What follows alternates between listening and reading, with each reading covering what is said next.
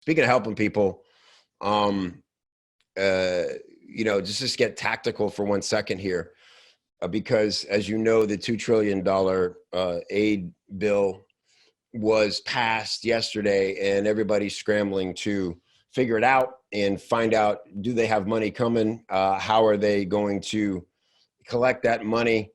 And I was glad to hear that the first time a bill like this included freelance workers, gig workers. I was driving in today and heard an interview with an Uber driver, and that they're out of work. So Abbey Woodcock has been her immediate reaction to this was to start a fund to do her best to try to get money to freelancers who suddenly, found themselves without work, or still have work but have other expenses and circumstances that they never expected. And if it's okay, Ab, I'd like to bring you on and have a chat about it. And okay.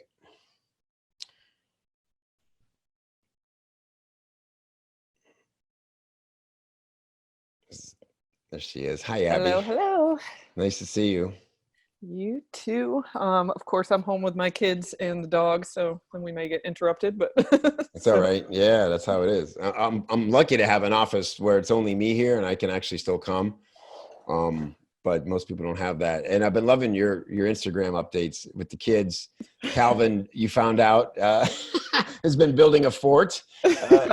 Yeah, literally cutting down trees at a public park. So Look what I've been doing, Ma. Okay, I think it's come with me, son. Let's get out of here very quickly. Yeah, exactly. Never speak of this again. Exactly.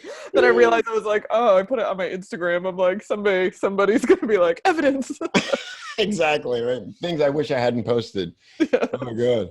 So Abby, again, like I've been talking a lot about, like we're all following our instincts, right? To react and respond when things like this happen. And I was thinking about you and how it doesn't surprise me at all that your instinct was to set up a fund, set up basically like a financial triage, because that's something you've done a lot of in your life through volunteering with Team Rubicon. You were an incident IC coordinator there. Commander, and yeah. This is what you did for years. You and KC would drop what you were doing and go to the site of a disaster and start kicking ass and helping people. And so tell us about the fund and how it's going and what you've been learning from it over the last 2 weeks. Yeah, I've learned a lot. So yeah, you're exactly right. So my instinct is like, let's just like make something happen. I did a lot of fundraising for Team Rubicon and a lot of other charities as well. And so I was in San Diego at Copywriter Club, which I really believe it was like the last large event in America. Yeah, right. They made the announcement like 2 days later that they were not allowed. So I was sitting there and this was all kind of starting to break. And so created a fund, like was sitting at a bar with Marcella Allison actually, and just made it happen. Started taking donations right there at Copywriter Club. Then I opened up applications the following Monday, which was 2 weeks ago now. And so yeah, we've learned a lot. We ended up with, I just closed new applications. And the reason is we've got about $500,000 in requests. Wow. And I just didn't think it was fair to have people applying when there was really very little chance that people that are applying at this point would get funding. But we're working really hard to continue to get donations and fund as many people. It's just the stories that I'm, reading every day going through these applications of, a lot of things are happening, people having medical expenses, as a lot of us know, getting health insurance as a freelancer is difficult. So a lot of uninsured people, a lot of people that school, I'm in that group as well. I'm lucky that, my business has done well. So even though, we're having less sales than we have been the last couple of weeks, that we're okay. But a lot of people, having their kids home, having to provide childcare, increasing food costs, all that stuff that's happening with the kids being home and gig workers that just completely dried up. So we're sending out $250 max for people that apply. And today we sent to our 50th freelancer, we sent funding. So that was really exciting. There's a ton more to do and a ton more. I've always been like this. This was my problem in disaster response too, is it always seems so overwhelming, the need. And so when I would go on these disasters, I would want to save, an entire city by myself. And so I'm really trying to, get the mindset of like, I can do what I can do. And if I can help one person, that's right. better. Yeah, you got to focus on what you're able to do, because there's so much of what you're not able to do right in your face every day on this flood of need. Tell me about what kind of requests you're getting. What did you expect and what surprised you about what people need? So we had to pretty quickly, at first I was coming up with, just as the applications were, I was kind of prioritizing them as they come. So I was reading closely every single application. Within the first few days we had, I think like we opened it on Tuesday or Monday, and by Wednesday we had like 250 applications.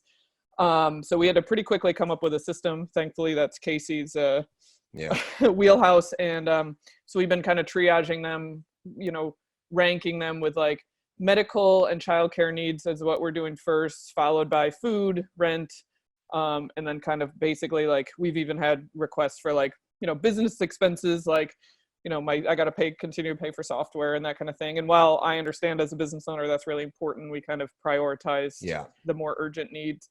We're getting requests from all over, different types of freelancers, different types of, just people are in all different situations. There's people that were in tough situations before or was having trouble finding clients before, and that just became exponentially harder. And then there's people that had $12,000 worth of work that was booked, that was canceled. And so, it's kind of a huge range of,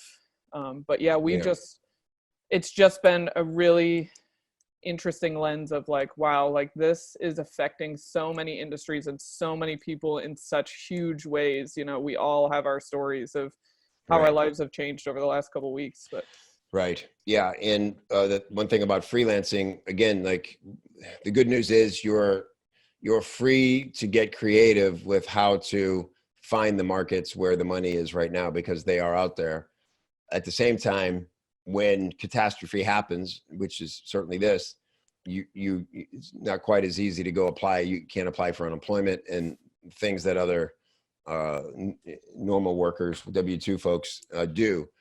And it kind of struck me today, Abbey, that what you've done is you've Team Rubicon this scenario, because again, who knew when you even started this that freelancers could be included in a bill that was there to provide some relief. Now we got to figure out, and I bet won't be surprised if you don't lead this charge as well, how to go apply for that money and find out if you qualify and how to do that. But in the meantime, there's things that are happening. I mean, there's, like you said, people need their medicine, people need food, people need, what was the other thing you mentioned that was so childcare? Yeah. Childcare. So I love that you're doing this, and it's tell us where to go if we want to donate. Yeah, so it's freelancecoop.org. There's no dashes in that, so it's like freelance coop, freelancecoop.org/emergency fund. I could put that in the chat as well. And yeah, there, like I said, new applications are not open, but we're still really trying to fundraise. We have some amazing donors, from the copywriter community. Marcella Allison, the Titanides have donated a lot. Kim Krause-Swam, she did a sale on her courses for 36 hours. All the proceeds went to the emergency fund. Patrick Kenny did a free live stream series last week, and at the beginning of every live stream, offered a 15-minute consult call if people donated. So just the copywriting community is just, it's always been amazingly generous, and it's just been really exciting to kind of see, people that have stepped up and wanting to help. Yeah. Great. Well, I appreciate you coming on to talk about it. I'll be over there today to contribute myself, and just want to appreciate you and all you're doing. And again, showing leadership, following your instincts to do what you know how to do, which is coordinate and help and provide relief. So once again, you're amazing, Abbey. I appreciate you. Thank you so much. I appreciate you always. All right. We'll talk soon. My best to Alrighty. Casey and Yes. kids. Right. The dog says hi as well, And the obviously. Woo woo. Yeah. Awesome. Woo. So again, that's a beautiful story, right? Like all we can do is see the pain, feel the pain, and respond the best way we know how. And it takes leaders like Abbey to say, let me coordinate a way that everybody can help. So if you can give anything, I know she has said even $25 is, you know, if 10 people give $25, that's $250 to one of our own who is suffering right now and really needs some help. So if you can give, please do it over that link, and I'll be sure to post that other places.